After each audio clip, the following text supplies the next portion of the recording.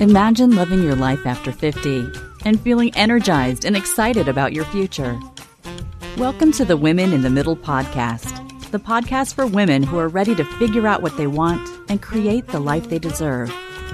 Here's your host and master certified life coach, Susie Rosenstein.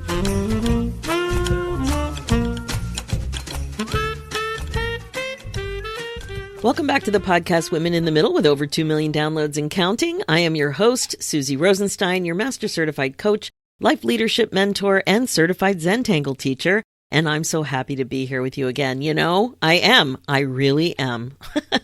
You are in the right place if you're a woman over 50 who's starting to feel time differently and want to stop coasting through life.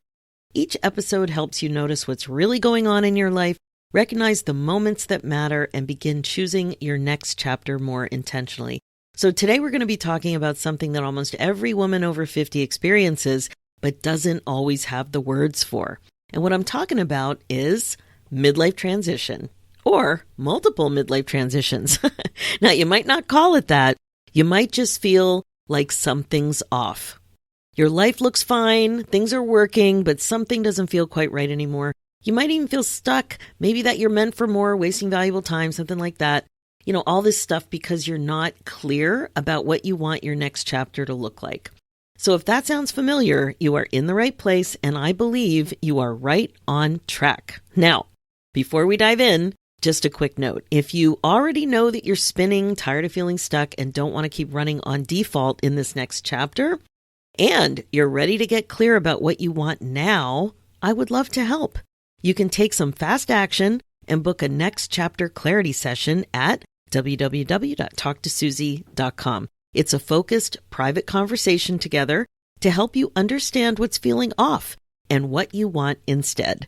Again, head over to www.talktosusie.com. So let's start here. What is a midlife transition, really? Think about it.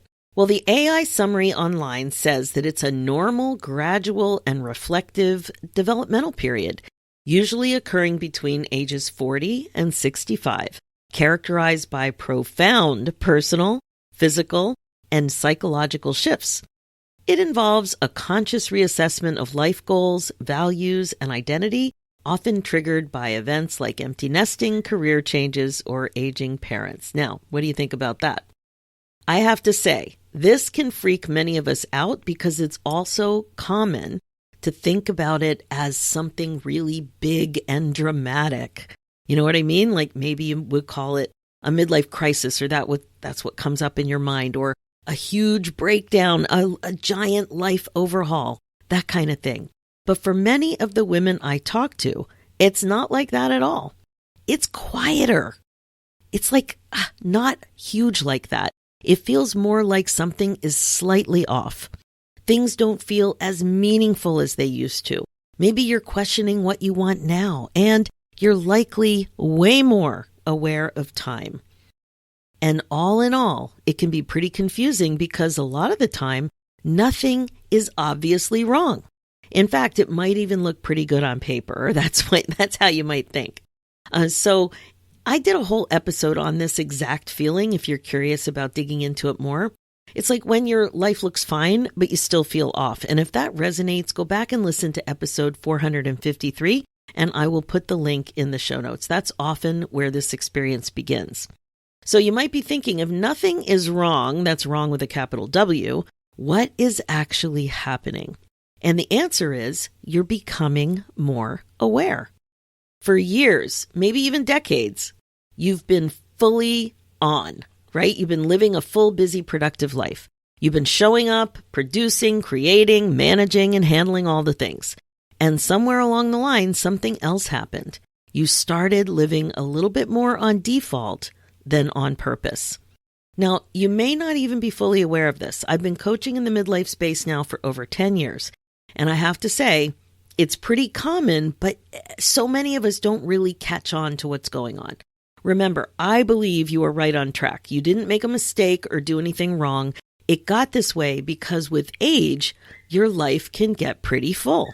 And now you're starting to notice. You notice how you feel. You notice what's missing. You notice what you've been postponing.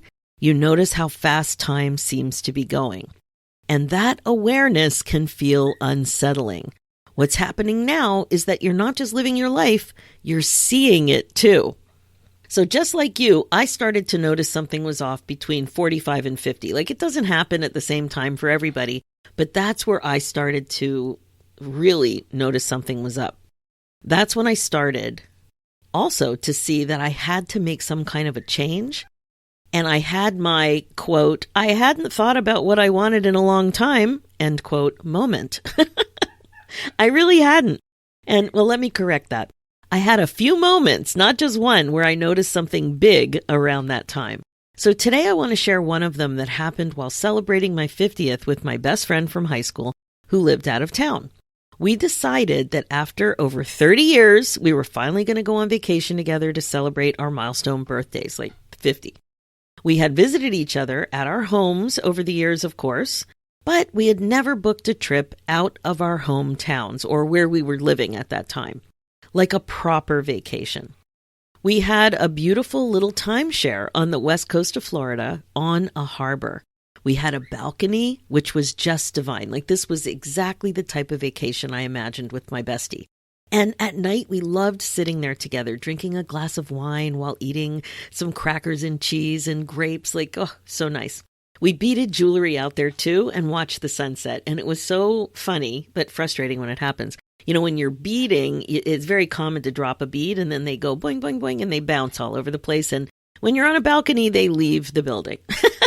So all of that happened, and we were enjoying every minute of it. Now, you know, remember, we're looking at the boats, we're watching the sunset, and one day during this time, I presented my bestie with a blank journal. Now, I got a matching one for myself, and together the plan was to come up with 10 ideas of what we really wanted to do over the next 10 years. Just bullet points. We didn't have to figure out all the details, but like to really dig in and think about experiences or things that we wanted to do or try that was meaningful. And that's where I got the idea to take tap dancing lessons, for example. It came out in that little moment. And 2 other bigger ideas came through as well. One was to have the goal to visit each other at least once a year. Now, that might seem obvious, but that's not what had been happening. Sometimes a few years went by. Not because we wanted to see each other in a few years, but that's what happened. The second thing for me was to go whale watching at least once a year. Again, if you're a regular listener, you know that that's one of my favorite things to do in the whole wide world. Yet, you have to really be intentional. Like, I don't live on the ocean. I don't live with whales that are close by. So it's very intentional. So I thought, you know what? I'm going to say this out loud. Now, I know these ideas may not seem like a breakthrough, but think about it. 30 years had gone by. None of these ideas were happening with this kind of commitment. It was huge to me. It felt huge. And now I was committed. Now, this is where something really important comes in. Being on autopilot. It can kind of be a subtle lifestyle shift that's been going on for a while. You can see from my example, autopilot was to not prioritize these 2 goals the way I was ready to do now, or at that time. Autopilot thinking meant that they were nice to have, but not a priority. They weren't treated like a doctor appointment or celebrating Thanksgiving, that kind of thing. So they didn't happen. Again, it can be mixed because sometimes autopilot is useful. It helps you function, stay organized, and get things done. But over time, it can take over. It can look like staying busy instead of intentional, or saying yes automatically, or saying no automatically, prioritizing everyone else, avoiding bigger questions.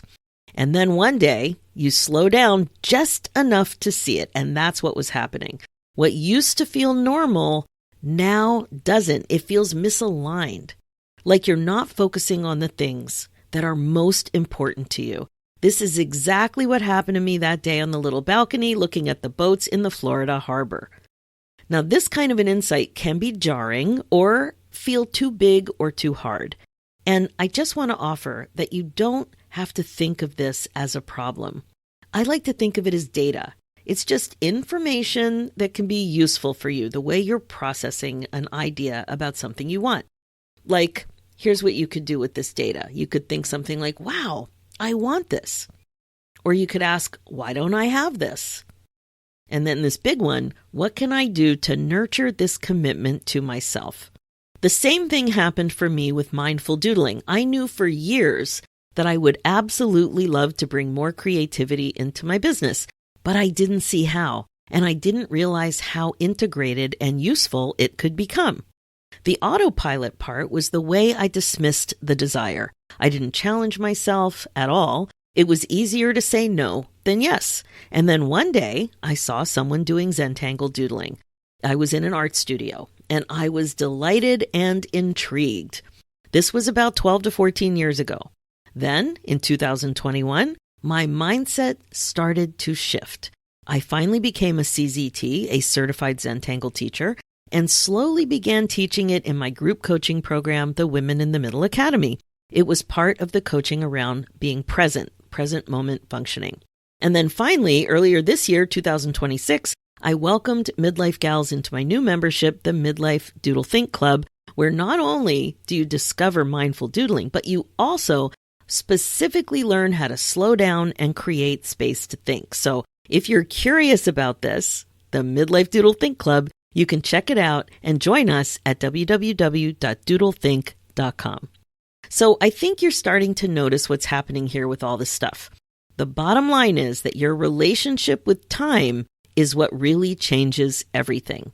That's what happened for me too. What was I waiting for? Why was I afraid? And so what if I failed? This is all the kind of stuff that can get in your way of you not having your own back. At some point, usually in your 50s and even more in your 60s, you start to feel time differently. You realize that time isn't endless. The years are moving faster. There's more time behind you than ahead of you. And you don't want to waste this chapter and risk having regrets. And that's where this question shows up. What do I actually want now? And this is why I say that it's so important to stop living like time doesn't matter, because it does. So think about it. What about you? Have you had the experience of realizing that time is precious? You may know my story related to this. It starts in my childhood. I've outlived both of my parents by decades in that they both died very young. I was only 5 when my mother died at 32, and I was only 12 when my father died at 41. I had an unfortunate front row seat of watching 4 of my grandparents grieve the loss of their adult children, who sadly didn't get the gift of aging. They did not have the privilege to age. This is something so many of us take for granted. So yes, I got the time is precious memo at a young age, and I understood it clearly. But I'm asking you, do you understand it clearly? Do you really believe that aging is a gift? So here's the thing about midlife transitions. They don't happen in just one area of your life, typically. There's like all kinds of things that are connected. Even though that's what it can feel like when you're in it, they can show up across your life. So I've shared some examples for you to think about. And you might notice it yourself in the empty nest kind of phase or career, pre-retirement or early retirement, relationships, maybe your energy and health, that kind of stuff. And when it shows up in more than one place, it can feel like a lot. You know why? Because it is. And when you're not clear about what you want or how to take action, it can feel really, really heavy. So what you might be thinking is, what's a girl to do? What do most people do here? What are the midlife gals up to when this kind of stuff becomes obvious? Well, they try to fix it. That's what we do. We typically try to push harder, get more productive, wait for clarity, or phone a friend. You know what I mean? Look for answers outside yourself. When I was stuck like this, I just kept asking my friends, thinking that, oh, they're older and wiser than I am. They'll know me better than I know myself. So this is all kinds of stuff that we typically do. But the thing is, it typically doesn't work because this isn't a problem to solve. It's something to understand.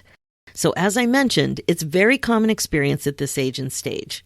You've been capable and responsible for a long time.